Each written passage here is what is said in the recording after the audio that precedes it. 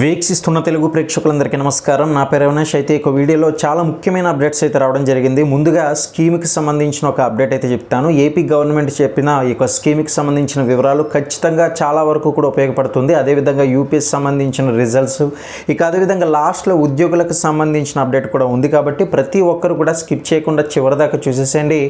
మొదటిసారిగా ఛానల్ చూస్తున్నట్లయితే సబ్స్క్రైబ్ చేసుకోండి. ఇక మధ్యలో మరికొన్ని అప్డేట్స్ కూడా ఉన్నాయి ముఖ్యమైనవి. అది మీకు వీడియో చూసిన తర్వాత మీకే అర్థమవుతుంది.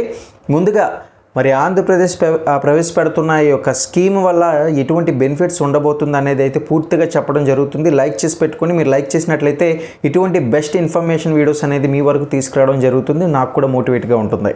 ఆంధ్రప్రదేశ్లో విదేశాల్లో ఉన్నత విద్య చదవాలనుకునే పేద మరియు ప్రతిభావంతులైన విద్యార్థులకు రాష్ట్ర ప్రభుత్వం చక్కటి శుభవార్త అయితే చెప్పింది.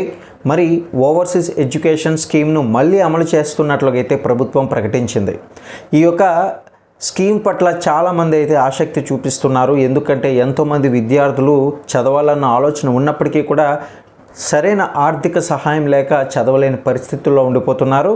ఈ యొక్క పథకం ద్వారా విదేశీ విశ్వవిద్యాలయాల్లో ఉన్నత విద్య కోసం ఎంపికైన అర్హులైన విద్యార్థులు ఎవరైతే ఉంటారో ఈ యొక్క విద్యార్థులకు గరిష్టంగా 25 లక్షల రూపాయల వరకు కూడా ఆర్థిక సహాయం ప్రభుత్వం అయితే అందించనున్నారు. ఇక ఆర్థిక ఇబ్బందుల కారణంగా విదేశీ విద్య కళ నెరవేర్చుకోలేకపోతున్న విద్యార్థులకు ఈ యొక్క పథకం ఎంతో ఉపయోగపడుతుందని ప్రభుత్వం భావిస్తుంది. ఈ యొక్క పథకం ఈ యొక్క విద్యా సంవత్సరంలోనే అమల్లోకి అయితే రానుంది. విదేశాల్లో మాస్టర్స్, పిహెచ్డి మరియు ఇతర ఉన్నత విద్యా కోర్సుల్లో ప్రవేశం పొందిన ఎవరైతే అర్హులైన విద్యార్థులు ఉన్నారో ఈ యొక్క విద్యార్థులు ఈ యొక్క పథకం ద్వారా ప్రయోజనం అయితే పొందగలరు. ముఖ్యంగా ఆర్థికంగా వెనుకబడిన వర్గాలకు చెందిన ప్రతిభావంతులైన విద్యార్థులకు ప్రాధాన్యత అయితే ఇవ్వాలన్నట్లుగా మనకి తెలిపారు. మొత్తానికి ప్రభుత్వం ప్రస్తుతం పథకానికి సంబంధించిన పూర్తి మార్గదర్శకాలు, అర్హత ప్రమాణాలు, మరి అదేవిధంగా ప్రమాణాలు చేసిన తర్వాత దరఖాస్తు విధానం మరియు ఆ నిధుల విడుదల ప్రక్రియను అయితే ఖరారు చేస్తుంది.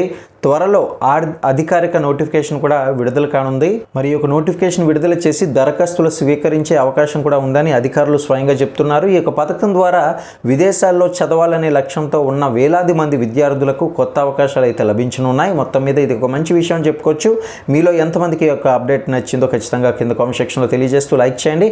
ఇక మొత్తం మీద విదేశీ విద్య కోసం భారీ ఖర్చులను భరించలేని పేద కుటుంబాలకు, విద్యార్థులకు ఏపీ ప్రభుత్వం అందిస్తున్న ఈ ఆర్థిక సహాయం ఒక గొప్ప అవకాశంగా మారనుంది. మాజీ సీఎం వైఎస్ఆర్ జగన్మోహన్ రెడ్డి గారు సీఎం చంద్రబాబు నాయుడు గారికి అయితే వార్నింగ్ ఇవ్వడం జరిగింది. మరి చంద్రబాబు నాయుడు గారికి ఇచ్చిన వార్నింగ్ ఏంటి, దేని పట్ల ఇలా స్పందించడం జరిగింది అనేది చూస్తే, వైఎస్ఆర్ కాంగ్రెస్ పార్టీ అధ్యక్షుడు మాజీ ముఖ్యమంత్రి వైఎస్ జగన్మోహన్ రెడ్డి రాష్ట్రంలో నిర్వహించిన డిఎస్సి పరీక్షలపై తీవ్ర విమర్శలు అయితే చేశారు. పరీక్షల్లో పేపర్ లీకేజీ జరిగిందని ఆరోపిస్తూ ప్రస్తుతం ప్రభుత్వం మరియు ముఖ్యమంత్రి సీఎం చంద్రబాబు నాయుడుపై విమర్శలు గుప్పించిన వైఎస్ జగన్మోహన్ రెడ్డి గారు మాట్లాడుతూ ఆయన సోషల్ మీడియాలో ఒక బొద్దింక ఫోటోని అయితే పోస్ట్ చేస్తూ పరీక్ష వ్యవస్థలో అవినీతి మరియు అక్రమాలు పెరిగిపోయాయని వ్యాఖ్యానించారు. ఇదే గనక కొనసాగితే ఖచ్చితంగా ఖండిస్తామని, ప్రతి ఒక్క విషయంలో కూడా జాగ్రత్త వహించాలని జగన్మోహన్ రెడ్డి గారు తెలిపారు. అయితే జగన్మోహన్ రెడ్డి గారు మళ్ళీ మాట్లాడుతూ డిఎస్సి పరీక్ష నిర్వహణలో అనేక అవకతవకలు చోటు చేసుకున్నాయని, పేపర్ లీకేజీ ఆరోపణలపై ప్రభుత్వం వెంటనే స్పందించి నిజాలు బయట పెట్టాలని డిమాండ్ చేశారు. ఇక నిరుద్యోగ యువత భవిష్యత్తుతో ఆటలాడకూడదని, పరీక్షల నిర్వహణలో పూర్తి పారదర్శకత ఉండాలని ఆయన ఈ యొక్క సందర్భంగా పేర్కొన్నారు. ఇక పరీక్షలకు సిద్ధమవుతున్న లక్షలాది మంది విద్యార్థులకు ఖచ్చితంగా ప్రభుత్వం మద్దతు పలకాలని, ఏ విషయంలో కూడా వారికి ఇబ్బంది పడేలా ఉండకుండా చూడాలని అయితే అన్నారు. ఇక విద్యార్థుల టాపిక్ వచ్చింది కాబట్టి ఇక యూపీఎస్సీకి సంబంధించిన కొన్ని ముఖ్యమైన అప్డేట్స్ అయితే రావడం జరిగింది. Union public service commission UPSC ఈ యొక్క సివిల్ సర్వీస్ ప్రిలిమినరీ ఎగ్జామినేషన్ అనేది 2026 ఫలితాల కోసం దేశవ్యాప్తంగా కూడా లక్షలాది మంది అయితే ఎంతగానో ఎదురు చూస్తున్నారు. మరి మీలో ఎంతమంది చూస్తున్నారు చెప్పండి. అయితే మే 24వ తేదీన యూపీఎస్సీ ప్రిలిమ్స్ పరీక్ష అయితే నిర్వహించిన సంగతి మనకు తెలిసిందే. ఈ యొక్క పరీక్షకు 5.49 లక్షల మంది హాజరయ్యారు. మొత్తం మీద 933 ఐఏఎస్ అదేవిధంగా ఐపీఎస్ వంటి అఖిల భారత సర్వీసుల భర్తీ కోసం ఈ యొక్క పరీక్షను నిర్వహించారు.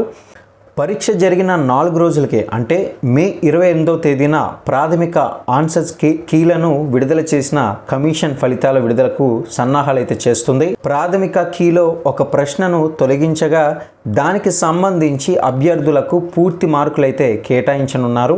ఈ పరీక్ష ఫలితాలు జూన్ 15 లోపు విడుదల చేసే అవకాశం అయితే ఉంది. ఫలితాలు విడుదలైన తర్వాత అభ్యర్థులు తమ ఫలితాలను అధికారిక వెబ్సైట్ ద్వారా తెలుసుకోవచ్చు. ఇక వెబ్సైట్లో ఫలితాలను చెక్ చేసుకోవడానికి అభ్యర్థుల రోల్ నంబర్ అయితే జాబితాలో కూడిన PDF ఫైలు UPSC విడుదల చేస్తుంది. ఇక ప్రిలిమినరీ పరీక్షల్లో మరి అర్హత సాధించిన వారిని మెయిన్స్ రాసేందుకు అనుమతిస్తారు. వీరికి మెయిన్స్ పరీక్షలను ఆగస్టు 21వ తేదీన అంటే ఆగస్టు 21, 2026 నుంచి ప్రారంభం కానున్నాయి. సాధారణంగా ఖాళీల సంఖ్యకు 10 నుంచి 15 రెట్ల మందిని మెయిన్స్కు ఎంపిక చేస్తారు. ఈసారి మాత్రం ఎంతమందిని మెయిన్స్కు అనుమతిస్తారనేది దానిపై ఉత్కంఠ నెలకొంది. ఇప్పుడు కట్ ఆఫ్ పెరుగుతుందా తగ్గుతుందా అన్న ప్రశ్న అందరిలోనూ ఉంది అనమాట. ఏదేమైనా సరే చూసుకున్నట్లయితే కనుక ఈ యొక్క UPSC civil services prelims cut off కేవలం జనరల్ స్టడీస్ ఏదైతే ఉందో పేపర్ 1 ఆధారంగా మాత్రమే నిర్ణయిస్తారు. CSCAT పేపర్ 2 కేవలం అర్హత సాధించడానికి మాత్రమే. ఈ యొక్క పేపర్లో ప్రతి ఒక్కరూ కూడా 33% మార్కులు సాధిస్తే సరిపోతుంది.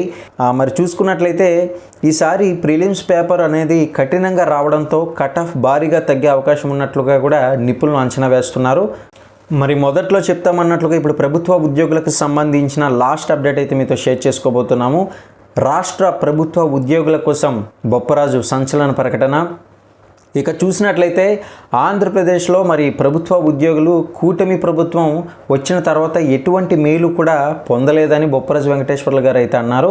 మరి ఇందులో భాగంగా ఇటీవల జరిగిన ఒక సమావేశంలో ఆయన మాట్లాడుతూ కొన్ని ముఖ్యమైన విషయాలు అయితే తెలియజేశారు.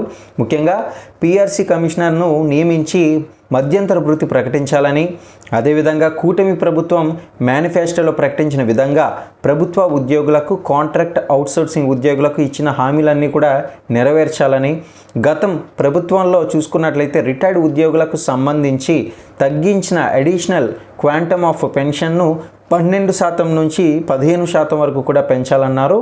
ఇక ఆర్టీసీలో విద్యుత్ బస్సుల్లో ప్రవేశాన్ని స్వాగతిస్తూనే ప్రైవేటు ఆపరేటర్లకు బస్సులు అప్పగించకుండా ప్రభుత్వమే నిర్వహించాలి. ఇక అదేవిధంగా రాష్ట్ర ప్రభుత్వ మహిళా ఉద్యోగులకు చైల్డ్ కేర్ లీవ్ను అయితే 2 ఏళ్లకు అయితే పెంచాలని కూడా ఆయన వ్యాఖ్యానించారు. ముఖ్యంగా మరొక విషయాన్ని అయితే ఆయన ప్రత్యేకంగా చెప్పడం జరిగింది. పెండింగ్లో ఉన్న బకాయిల DAలను వెంటనే మంజూరు చేయాలని కూడా అన్నారు. గత ఏడాది అక్టోబర్ 13వ తేదీన ఉద్యోగ సంఘాలతో సీఎం చంద్రబాబు నాయుడు ముఖ్యమైన అంశం PRCపై స్పందించడం జరిగింది. అదేవిధంగా మరి స్పందించడమే కాదు, దీనిని సరైన రీతిలో కూడా అమలు చేస్తామని చెప్పుకొచ్చారు. ఒక హామీల్లో అతి ముఖ్యమైన హామీ అని కూడా అన్నారు.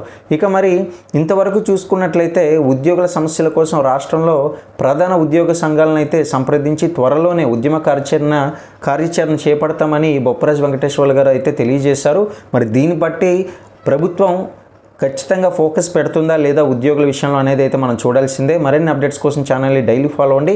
వీడియోని లైక్ అండ్ షేర్ చేయడం మాత్రం మర్చిపోకండి.